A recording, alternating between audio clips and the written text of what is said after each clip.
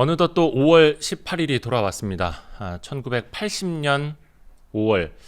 그때 우리의 그 선배들이 그만큼의 피를 흘려줬기 때문에 우리가 그 덕분에 이 민주화의 가치를 알고 편안하게 지금 잘 살고 있는 것 같은데요. 2021년 2월부터 거의 비슷한 이 민주화 운동이 시작된 미얀마. 벌써 3개월이 지났습니다. 많은 사람들이 또 죽고 다쳤고 지금도 그러하다고 하는데요. 5월 18일이 돼서 물론 이제 광주 또 우리나라의 과거 계속해서 우리가 되새겨봐야겠지만 이 미얀마의 사정이 한 번 더 궁금해졌습니다. 그리고 또 그곳의 이야기를 한 번 더 우리가 전하는 것이 국제사회 일원으로서의 도리 아닐까라는 좀 생각도 하게 되는데요. 오늘은 특별히 KBS 태국 특파원인 김원장 기자를 통해서 현재 미얀마 상황 그리고 앞으로의 정세 좀 들어보도록 하겠습니다. 김원장 기자님 안녕하세요. 안녕하세요. 바쁘신데도 한국입니다. 예, 시간 내주셔서 너무 감사합니다. 네, 감사합니다. 어떻게 건강은 괜찮으세요? 네, 괜찮습니다. 네, 그쪽도 잘 지내고 있습니다. 코로나 상황은 좀 어떤지? 여기는 코로나가 지난 한 달 동안 아주 심각해졌어요. 네, 음, 식당 영업도 많은 지역에서 지금 금지가 되고, 음, 네, 뭐 많이 불편합니다. 네, 아무튼 건강 관리 잘 하시길 바라겠습니다. 얼마 전에 보니까 그 미얀마 국경까지 직접 가셔서 이렇게 취재 많이 하시던데 좀 안전 잘 챙기시길 바라겠고요. 지금은 좀 그쪽 상황이 어때요? 그 2월부터 시작된 거 맞죠? 한 3개월이 좀 지났어요? 2월 1일 날 쿠데타가 났어요. 그날이죠. 아웅산 수치의 그 총선에서 이후 두 번째 재집권하는 취임식 하는 날이었어요. 네. 네, 그리고 이제 100일이 벌써 지났죠. 네, 뭐 지금 상황은 아시다시피 거리 시위도 쉽지가 않고 음, 군이 장악하고 있고 대도시를 어디서든 발포를 하기 때문에 그래서 최근에 영상 들어오는 걸 보면 이렇게 게릴라식으로 시위를 합니다. 갑자기 음, 골목 같은 데서 모여서 수백 명이 모이면 그 시위를 하면 막 사람들이 따라가죠. 여기 젊은 사람들이. 그리고 저기 경적을 올리고 자동차들은 음, 건물에서는 이렇게 남비 같은 걸 이렇게 쳐주면서 호응하는 그런 음. 시위 말고는 쉽지 않은 상황이고 CDM이라 그래서 시민 불복종 운동을 했어요. 네. 대표적으로 이제 총파업을 했죠. 근데 이것도 워낙 많이 잡아가니까 또 음. 파업 불참한 교수들 2,233명에 대해서 직위 해제했어요. 아, 신규 교원들을 뽑고 있고 그러다 보니까 지금 상당 부분은 좀 뭐랄까 겉으로는 정상화되고 있는 그런 분위기입니다. 그러면 지난달, 지지난달과 같은 좀 굉장히 과격한 형태의 시위는 지금은 좀 없는 건가요?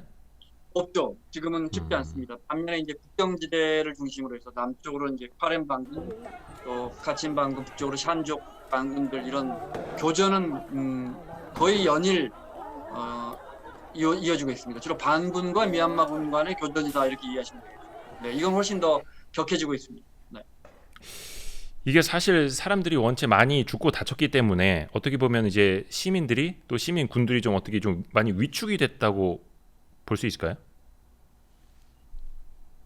그렇지 않겠습니까? 지금까지 이제 AAPP라는 여기 정치범 지원협회라는 시민단체가 집계하는 거 보면 790명이 사망했습니다. 그 홈페이지 790명이요? 가보면 네, 그 홈페이지 가보면 이름, 나이, 사진, 심지어 몸에 어떤 부위에 총을 맞았는지도 다 기재가 되어 있습니다. AAPP라는 홈페이지에 들어가 보면 네, 네.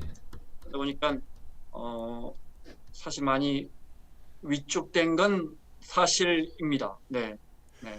많이 또 겉으로는 일상이 정상화돼서요.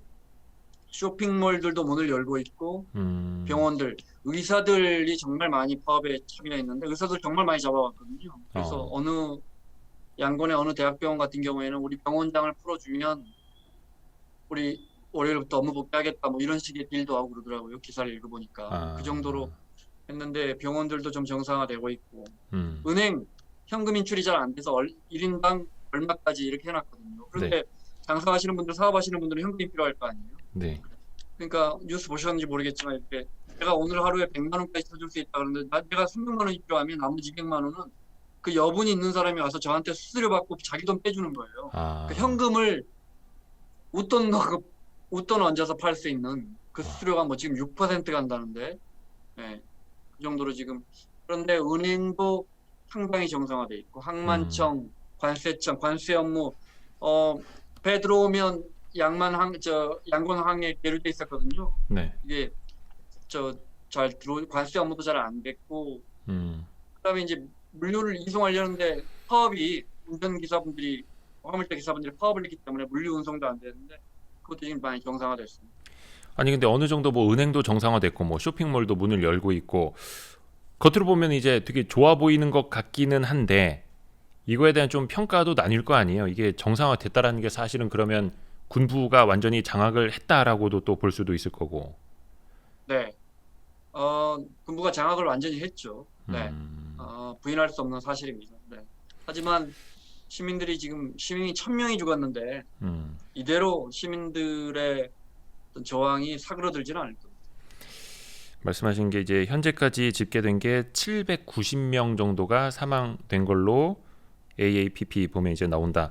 그게 보니까 1980년 그 5.18 민주화 운동 당시에 직접적으로 사망한 사람들이 한 190여 명, 또 간접적으로 후유증으로 같이 이제 사망하셨던 분들이 370여 명, 뭐 행방불명된 분들이 60여 명 뭐 이렇게 있다고 하는데 미얀마는 벌써 790명, 한 석 달이 좀 넘어갔으니까요. 안타깝습니다. 현재 뭐 인터넷이라든지 통신 뭐 제한은 그러면 없는 건가요? 인터넷 통신은 밤에는 항상 자정부터 아침 8시, 9시까지는 인터넷을 끊었어요. 네. 네, 산업이 움직이지 않은 시간에는 인터넷을 완전히 차단했고 그 뒤에 와이파이라든지 데이터 통신도 많은 부분 제한을 했는데 지난달보다는 조금 나아진 것 같지만 여전히 군이 이런 시위 영상이 퍼지는 걸 막기 위해서 아직도 인터넷을 많이 통제하고 있습니다. 네. 언론 통제도 굉장히 심합니다. 언론 통제가 더 심해서 미치마라든지 미얀마 나우라든지 이라와디라든지 이런 언론사들 다 폐간시켰어요. 네. 근데 이제 그 기자들이 지금 뿔뿔이 흩어져서 그대로 보도를 하고 있습니다. 그 언론사 홈페이지도 유지가 되고 있고 심지어 방송도 그대로 합니다. 얼마 전에도 태국 국경 넘어와서 방송하던 미얀마 나우 기자들 3명이 태국 경찰에 적발됐는데 네. 불법 밀입국으로 그 이렇게 천막을 쳐놓고 방송 리포트를 우리처럼 방송 리포트를 만들다가 적발이 됐는데 처음엔 태국 정부가 추방시키겠다 그랬어요. 추방되면 당연히 기소돼서 여기 뭐 계엄령이니까 중형을 선고받을 거 아닙니까? 그래서 네. 태국 기자협회나 이런 데서 성명 발표한 다음에는 태국 정부가 인도주의적 처벌 대책을 찾고 있다 이 정도 입장을 내놓은 게 있습니다. 네. 보니까 뭐 외신 기자들이 붙잡혔던 경우도 좀 왕왕 있었고 또 미얀마 기자는 뭐 벌써 징역 3년형 선고받은 케이스도 나오고 뭐 네. 그렇더라고요. 일본 기자는 프리랜서 기자는 풀어줬죠 며칠 전에. 네. 여기 현지 기자들은 그 통계만 보면 56명이 체포됐는데 기자만요? 그중에 상당수는 여기 기소가 금방 됩니다. 몇 주 만에 계엄령이기 때문에 기소되면 이제 바로 군사재판 넘어가서 1심으로 끝나는데 기자들은 보통 3년형 받는 것 같습니다. 아니 근데 벌써 거기 미얀마에서 지금 시위하다 붙잡힌 사람들 25명이 벌써 사형 선고를 받았다 하더라고요. 근데 그 중에서 한 20명은 재판에도 참석을 못했다고 하고. 네, 그거는 고등인권 판무관실에서 그렇게 정식 발표를 했습니다. 그러니까 아니 그걸 떠나서 아웅산 수치가 지금 5가지인가 6가지 혐의로 기소가 됐는데 자기 변호사도 제대로 못 만나고 있으니까요. 네. 그 지금 미얀마 사람들이 제일 궁금해하는 것 중에 하나입니다. 아웅산 수치가 지금 국민들이 이렇게 1,000명 가까이 죽으면서 저항하고 있는 걸 과연 알까? 아예 모를 수도 있다. 아니 갇혀 있는데요. 네. 아니 그 예전에 그 김원장 기자님이 다른 방송에서 하셨던 말씀 중에 되게 와닿았던 게 사실 그 주변 국가들은 미얀마의 민주화를 바라지 않을 수도 있겠다. 왜냐하면 다 그 주변 국가들이 왕정 국가, 독재 국가들이 원체 이제 동남아 지역에 많다 보니까. 네. 현재는 좀 어떤가요? 주변 국가들의 분위기, 상황, 눈치 뭐 이런 거. 네. 태국만 해도 7년 전에 쿠데타 정부입니다. 네. 여기도 총리가 육군 참모총장 출신입니다. 네. 그러니 주변 나라의 쿠데타에 대해서 암묵적 동의를 하고 있지만 태국만 해도 굉장히 개발된 국가이기 때문에 차마 내놓고 지지하지 못하는 거죠. 네. 국민들이 알 거 다 알거든요. 그렇지만 반대로 그렇다고 해서 절대 그 국민들, 시민들 편 들지 않습니다. 주변에 캄보디아도 마찬가지고요. 뭐 라오스, 결정적으로 중국과 국경을 미얀마는 2,000km나 맞대고 있는데 뭐 중국이 미얀마의 민주화에 뭐 얼마나 바라겠습니까? 그 나라 자체도 음. 민주화가 안 된 나라인데요. 네. 실제로 그래서 미얀마 사람들이 그 반중 정서가 상당하다지 않습니까? 뭐 실제로 좀 네. 체감하시기엔 좀 어떤 것 같아요?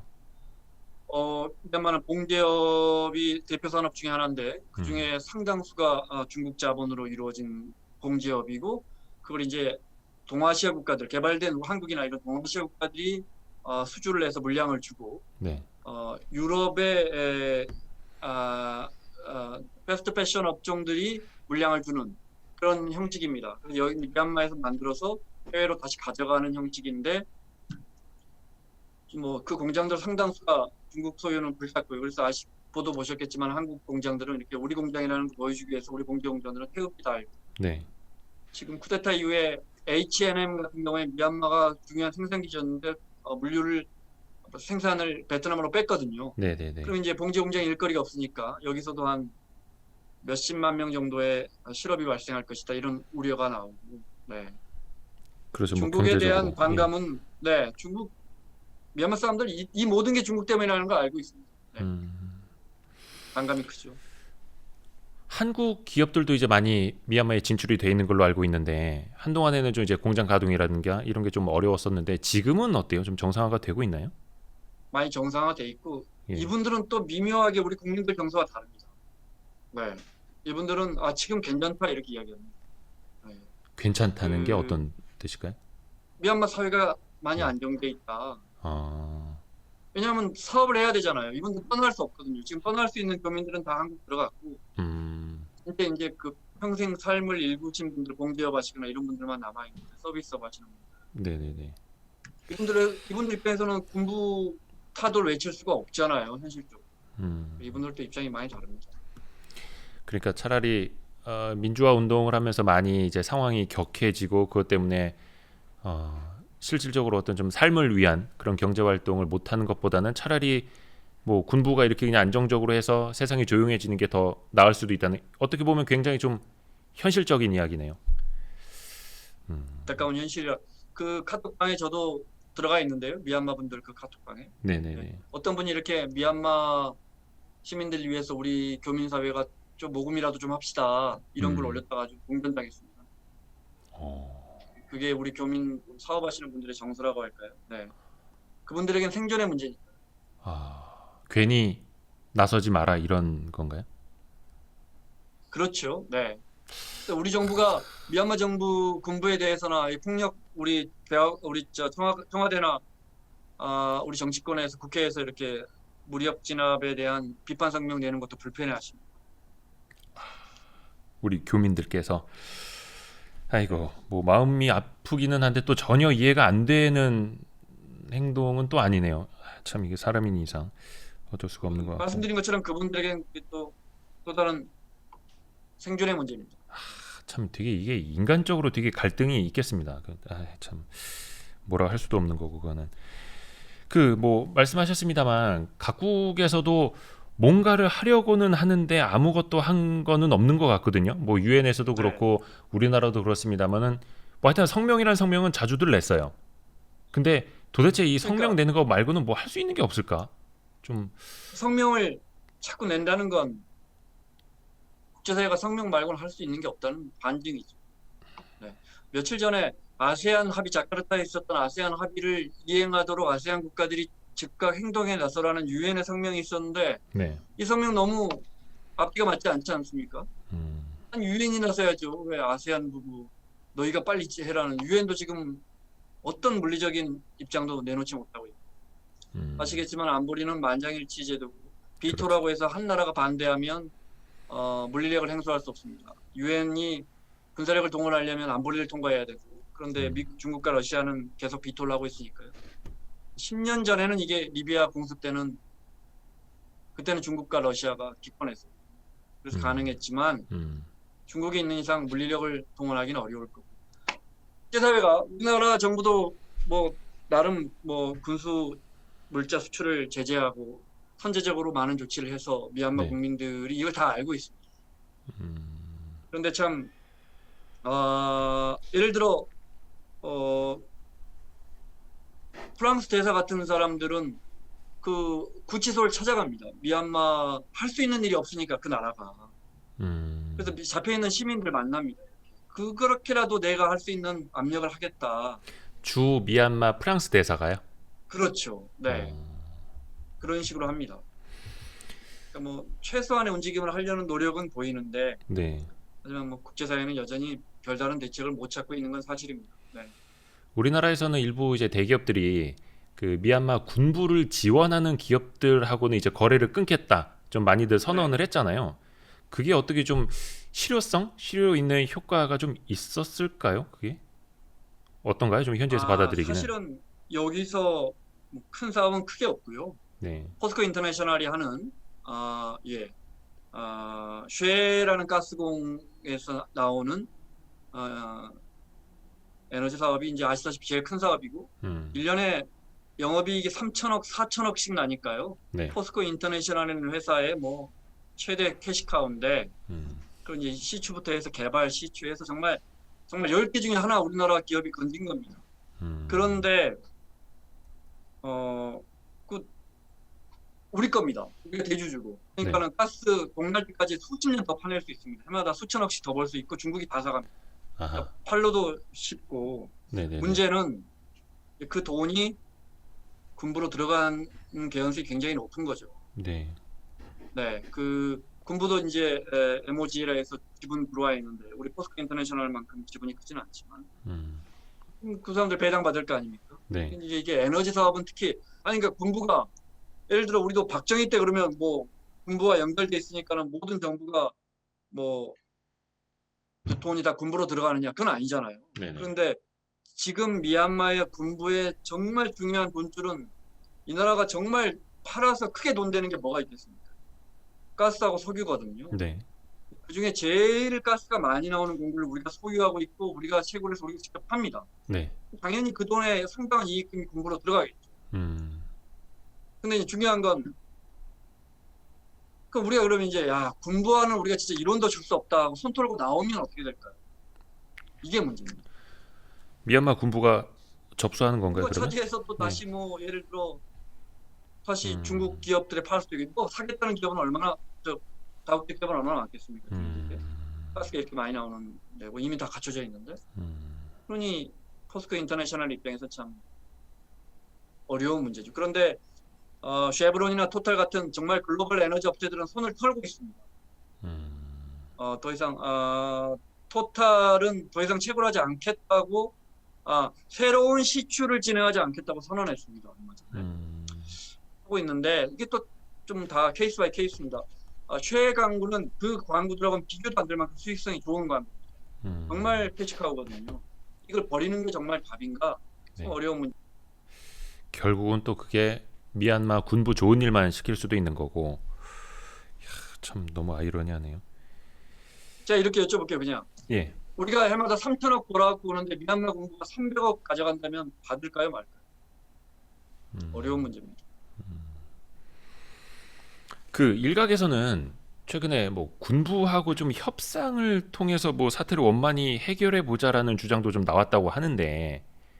이제 자카르타 아세안 회담에서 인도네시아나 싱가포르나 말레이시아가 주도해서 5가지 합의를 했지 않습니까? 네. 거기에 이제 우리가 특사를 보내고 그 특사의 주선하에 시민 반쿠데타 진영과 미나옹 홀라인 군부가 협상을 진행한다는 게 합의 사항에 들어 있습니다. 네. 그런데 했습니까? 누가 안 씁니까? 지금 특사가 뭐 특사를 받아줄 분위기도 아니고 미나옹 홀라잉은 사회가 안정되면 검토해 보겠다 이렇게 갔다 와서 완전히 말을 바꿨지만 뭐 유엔 특사가 아직도 미얀마에 못 들어가고 있다면서요. 유엔 특사는 그 전에도 와서 한번 퇴짜 맞았고 지금도 방콕 들어와 있는데 못 들어가고 있습니다. 문 앞에서 못 들어갑니다. 예를 들어 자 미나옹 홀라잉 사령관과 협상 테이블을 그럼 누가 앉습니까? 국민통합정부에 누가 앉습니까? 국민통합정부는 그러면 미얀마 시민들 대표할 수 있는 건가? 그런 설령 국민통합정부 회의 테이블에 그럴 가능성 매우 낮지만 협상 테이블에 앉았다고 치죠. 네. 미얀마 국민들이 이거 받아들일 수 있을까요? 쉽지 않은 겁니다. 네. 그렇죠. 지금 뭐 완전히 광주 시민들이 자 전두환과 협상하겠다 하면 받아들일 수 있겠어요? 40년. 그렇게 놓고 훨씬 많이 보니까 죽었는데. 이해가 가네요. 네. 또 뭐 군부 입장에서는 뭐 지금 완전히 장악하고 있는 입장에서 뭐 따로 협상을 할 필요도 못 느끼고 있을 그렇습니다. 테고요. 그 오늘이 이제 5월 18일 5.18입니다. 그 미얀마 분들도 우리나라 그 광주 민주화 운동, 5.18 민주화 운동을 굉장히 잘 알고 계시다고 하더라고요. 좀 어, 많은 분들이 알고 계시죠. 네. 그리고 한국이 어떻게 산업화와 민주화를 거쳤는지를 젊은 사람들은 아마 이번 사태로 정말 많이 알게 됐습니다. 네. 따져보면 민주화와 산업화를 다 이루면서 발전한 나라가 동아시아뿐만 아니고 이리오기자 떠오르는 나라가 있습니까? 일본 그러게요. 같은 나라는 일찍 개방을 해서 그렇죠. 우리보다 100년 먼저 개방을 해서 이제 발전한 나라고 음, 산업화가 되다가 민주화가 되거나 민주화가 되다가 산업화가 안 되거나 음, 이런 나라가 떠오르는 나라가 있습니까? 대만, 싱가포르 정도인데 싱가포르 뭐 지국가고요. 네, 아직도 사실 그렇죠 거긴. 교본이라고 할 만한 나라가 대한민국밖에 없습니다. 음, GDP가 세계 10번째인데 국민들이 피로 민주화를 이룬 나라가 없습니다. 유럽 국가들은 300년, 400년 전부터 민주화라는 걸 만들어 왔기 때문에 군부와 싸워서 민주화를 쟁취하면서 잘 살게 된 나라 우리나라밖에 없습니다. 그러니 미얀마 사람들이 관심을 갖는 거죠. 벌써 41년 전입니다. 41년 전. 그 말씀 듣고 보니까 더더욱 우리 그 피를 흘리신 선배들한테 더 감사를 드릴 수밖에 없는 대한민국의 과거고 현재입니다. 마지막으로 미얀마 사태가 좀 이제 어떻게 될 것 같네요. 뭐 해결책, 해결 방안, 뭐 물론 이제 국제사회도 찾지 못하고 있는 건데 뭐 앞으로의 전망과 함께 한 말씀 좀 해주실 수 있다면요. 이게 지난 100년 동안 국제사회에서 힘의 균형이 있으면 대표적으로 냉전 시대처럼 해법이 안 나옵니다. 어느 한쪽으로 힘이 기울어야 뭐 쿠바 때도 마찬가지고 지금 당장에 이스라엘 같은 작은 나라가 하는 무력조차도 미국을 안고 있으니까 그 거대한 이슬람 세계와 힘의 균형 때문에 해답이 안 나오잖아요. 네, 이스라엘이라는 가해자가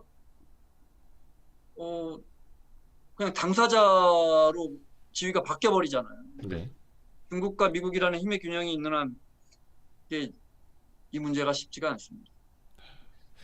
다른 나라에서 어떤 분쟁이 일어나더라도 중국과 미국의 이해관계, 미국이 개입해야 합니다. 그런데 미국이 개입하기에는 미국이 개입해서 군사정권을 무너뜨린들 이 나라가 중국의 영향권에서 멀어지겠습니까? 교역의 37%를 중국과 하고 있는데 그 다음에 어떻게 개입합니까? 미 병력을 한 5만 명 들여보낼까요? 시리아에서 어떻게 됐습니까? 들여보냈더니 어떻게 됐습니까? 사우디 개입하고 러시아 개입하고 결국 철수했죠. 그 사이에 국민은 40만 명 죽었고 쉬운 일이 아닙니다.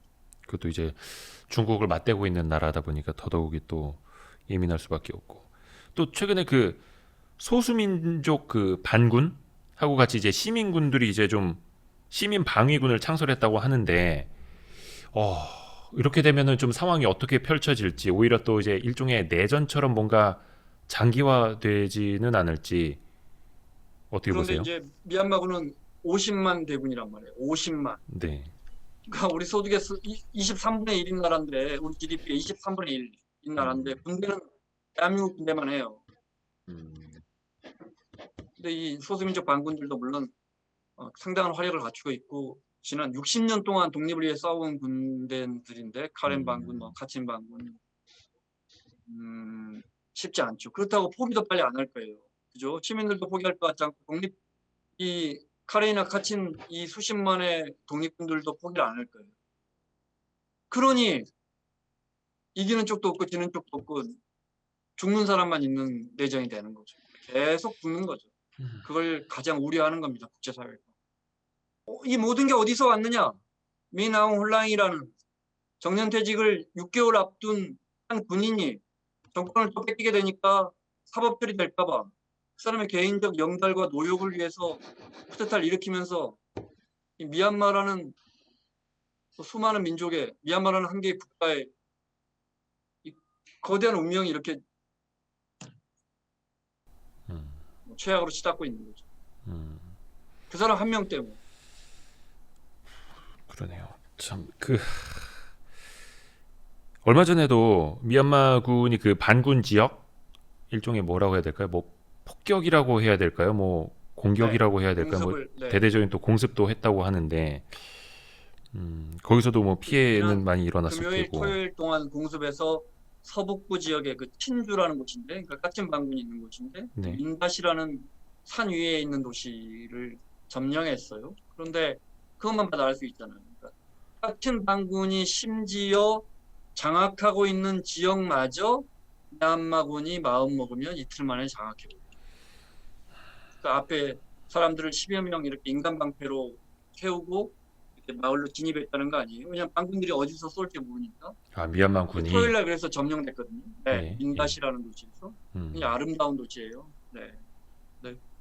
음. 그것만 봐도 이 싸움이 쉽지 않다는 걸 쉽게 알 수 있어요.